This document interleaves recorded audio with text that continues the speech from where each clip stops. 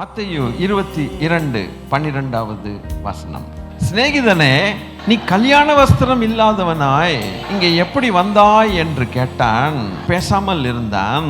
அப்பொழுது ராஜா பணிவிடைக்காரரை நோக்கி, இவனை கையும் காலும் கட்டி கொண்டு போய் அழுகையும் பற்கடிப்பும் உண்டாயிருக்கிற எப்பெல்லாம் புறம்பான இருள்னு வருதோ, நீங்க வேதம் வாசிக்கும் போது அப்போல்லாம் ஈஸியா என்ன கண்டுபிடிச்சிருவீங்க, இந்த விளக்கம் உங்களுக்கு தெரிஞ்சிடும். அவுட்டர். அப்பா இவனை கொண்டு போய் இங்க அவுட்டர்ல போடுங்கன்னு சொல்றார். ஹோம்வொர்க் பண்ணாதவன டீச்சர் என்ன செய்யறாங்க, கிளாஸை விட்டு வெளியில நிப்பாட்டுன்றாங்க. அப்ப இவன் உள்ள இருக்க வேண்டிய ஆளா வெளியில இருக்க வேண்டிய ஆளா? அது போல கல்யாணத்தை அட்டெண்ட் பண்ண வந்துட்டான். வந்தது சந்தோஷம், ஆனா ஒழுங்கா வரணும்ல.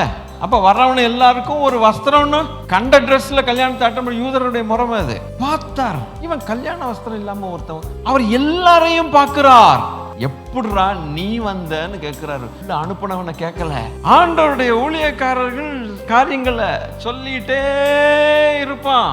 இவன் உள்ள வந்ததுக்கு அப்புறம் என்ன பண்ணிருக்குன்னா, தன்னை தகுதிப்படுத்தி இருக்கணும். இவன் உட்கார்ந்து இந்த வசனங்கள் வர வர வர ஜீவியத்தை மாற்றிக்கொண்டு தன்னை தகுதிப்படுத்தி கொண்டு வஸ்திரம் உள்ளவனாய் மாறுறது இவனுக்கு. அப்ப அதை பார்க்கிறாரு, கம்ப்ளீட்டா ஸ்கேன் பண்றாரு, ஒவ்வொருத்தரையும் வாட்ச் பண்றாரு. கரெக்டா ஒருத்தனை பிடிக்கிறார். சிநேகிதனே, அப்ப கூட சிநேகிதனே தான். இங்க எப்படி வந்தாய்? அவன் ஏதாவது சொல்லணுமா வேண்டாமா? அவனால சொல்ல முடியல, வாய் திறக்க முடியல, திக்குமுக்காயிட்டான்.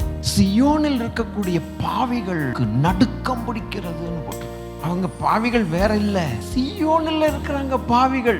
அவர்களுக்கு ஏண்டா நடுக்கம் பிடிக்குதுன்னா, சியோனின் ராஜாவுடைய கண்கள் படும். இந்த கல்யாண வஸ்திரம்னா என்ன?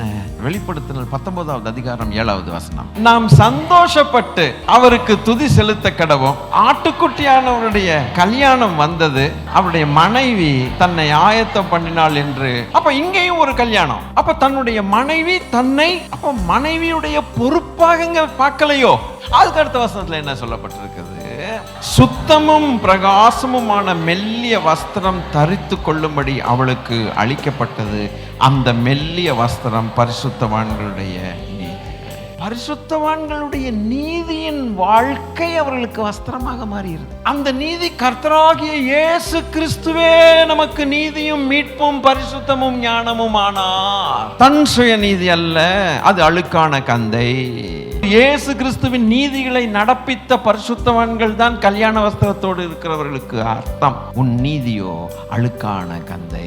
என்னுடைய நீதியை அணிந்து கொள், அப்பொழுது நீ என் பந்தியில் உள்ளே இருப்பாய், இல்லாவிட்டால் வெளியிலே இருப்பாய்.